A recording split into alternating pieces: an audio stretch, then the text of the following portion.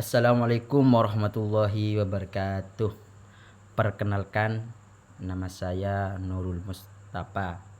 NIM 2022610072.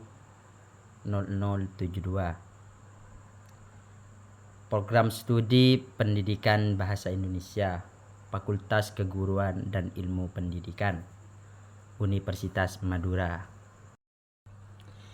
Di sini saya akan mereview buku yang berjudul Sayap Anjing karya Triyanto Triwokromo. Ini bukunya teman-teman. Sayap Anjing oleh Triyanto Triwokromo. Buku ini memiliki halaman 152 halaman dan buku ini diterbitkan pertama kali tahun 2004 oleh penerbit Buku Kompas dan dicetak lagi pada tahun 2017. Buku ini menurut Triwokromo ini di dalam buku Sayap Anjing ini memiliki cerpen 19 cerpen, dan saya akan mereview beberapa cerpen dari buku Sayap Anjing ini. Pertama yang saya ingin review di buku Sayap Anjing ini yang dibuat oleh Triyanto, saya akan mereview yang pertama, yaitu judul Setelah 16.200 atau sekitar 45 tahun. Jadi saya di sini pertama yang saya ingin review ini terkait cerpen yang berjudul 16.200, di mana Triyanto ini membawa si pembaca dalam perjalanan waktu yang panjang atau 16.200 hari, sekitar 45 tahun. Dan untuk menelusuri jejak tokoh utama ini yang memiliki masa lalu yang kelam atau jahat, maka Triyanto ini dengan piawainya membuat narasi yang baik, atmosfer yang baik, dan simbolisme yang kelam, mengajak si pembaca untuk menyelami kompleksitas psikologis yang ada di tokoh utama. Kisah ini atau kisah cerpen ini 16.200 ini berpusat pada seorang tokoh atau seorang pria yang dimana seorang pria tersebut kembali kepada tempatnya, dimana tempat tersebut menyimpan masa lalu yang kelam atau penyesalan yang kelam, dan ingatan-ingatan yang kelam tersebut kembali lagi atau muncul lagi ketika si tokoh utama tersebut kembali ke tempat yang dia alaminya dahulu. Jadi kembali lagi ingatannya, penyesalannya, kehilangannya, traumanya, dan ketidakberdayaan yang pernah dialaminya di tempat tersebut. Itu terjadinya atau cerpen 16.000 tahun atau hari, sekitar 45 tahun ini berpusat pada satu pria atau satu tokoh itu. Dan saya akan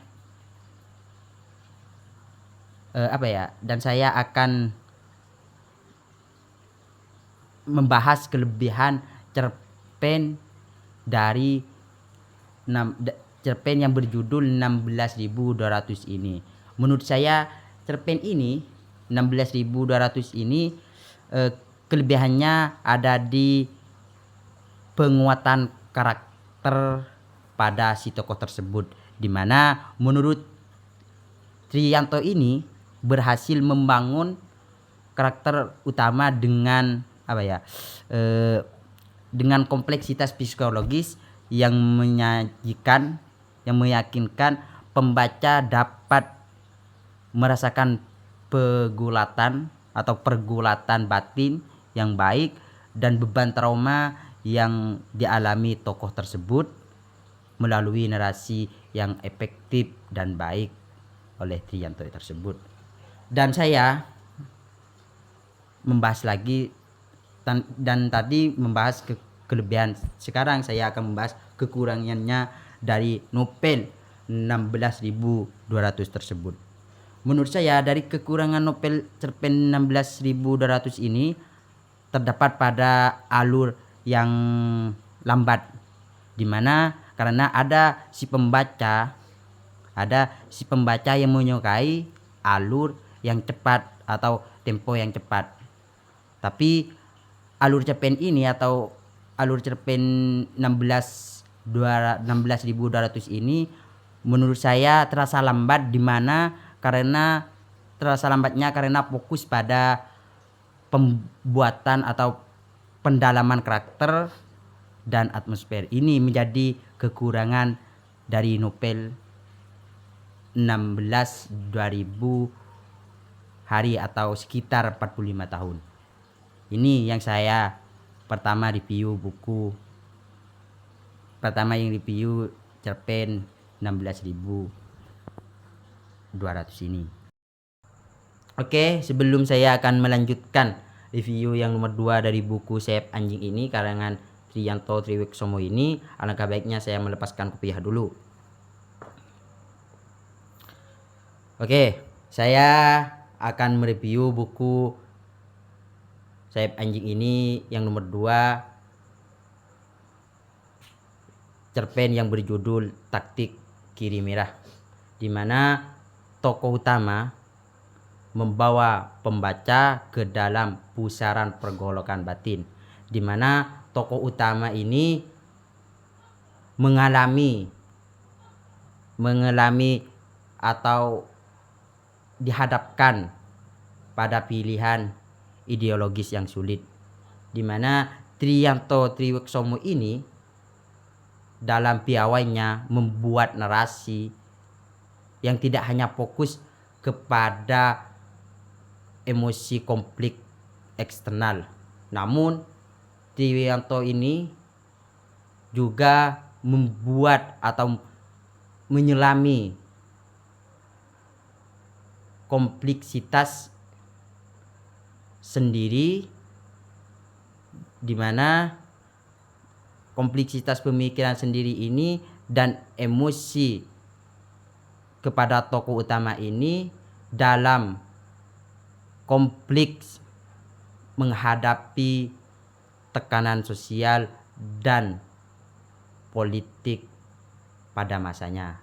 Jadi Triyanto ini juga bukan hanya fokus kepada narasi yang yang konflik eksternal, namun Triyanto ini juga berfokus pada membuat narasi menyelami kompleksitas pemikiran si tokoh tersebut pada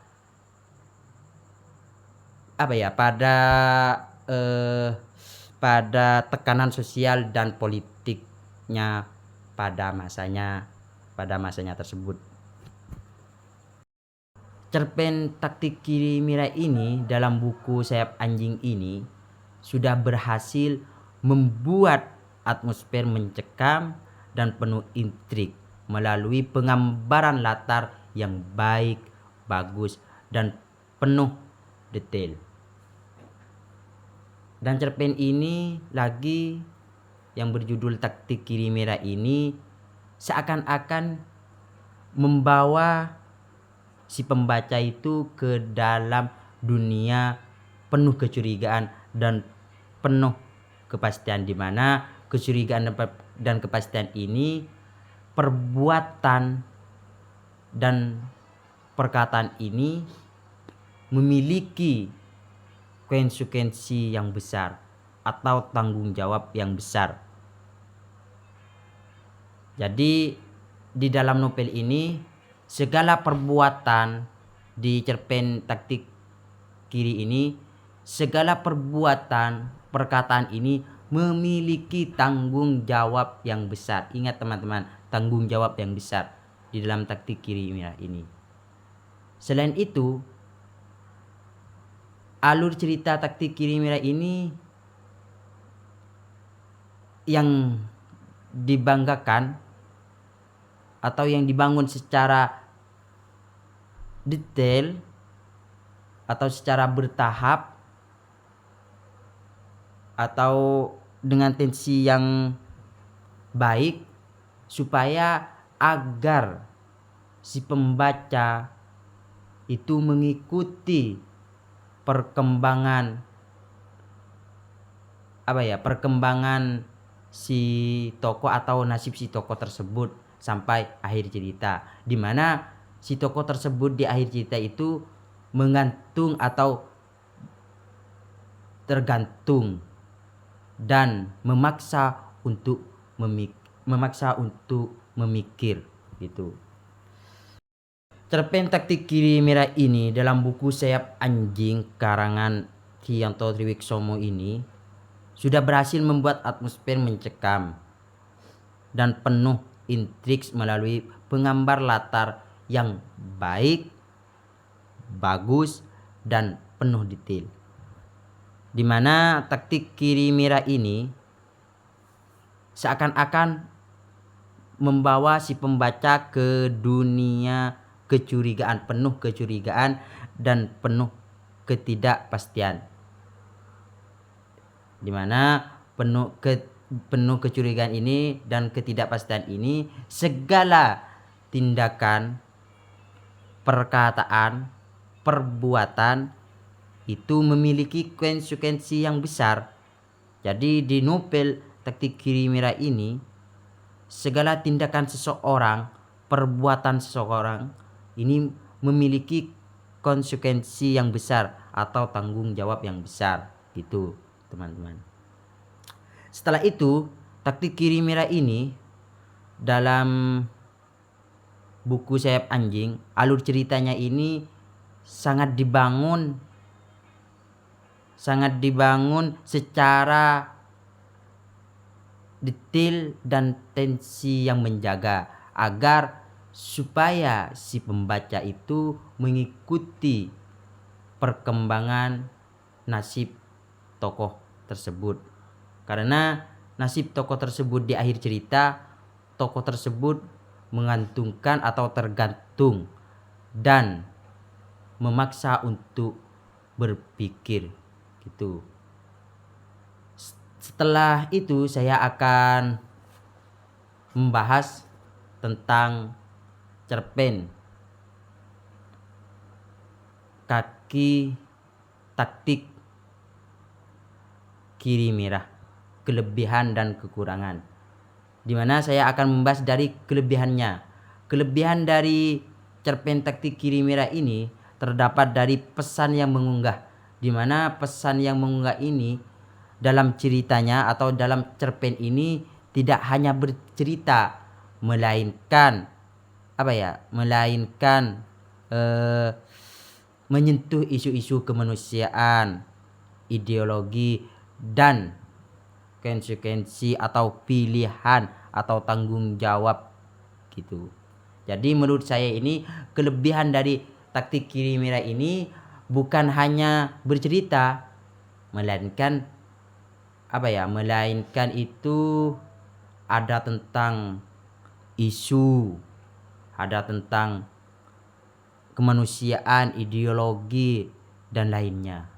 Sekarang saya akan membahas yang terakhir atau kekurangan dari taktik kiri mirah ini. Di mana di dalam taktik kiri mirah ini kekurangannya ada di akhir yang menggantung.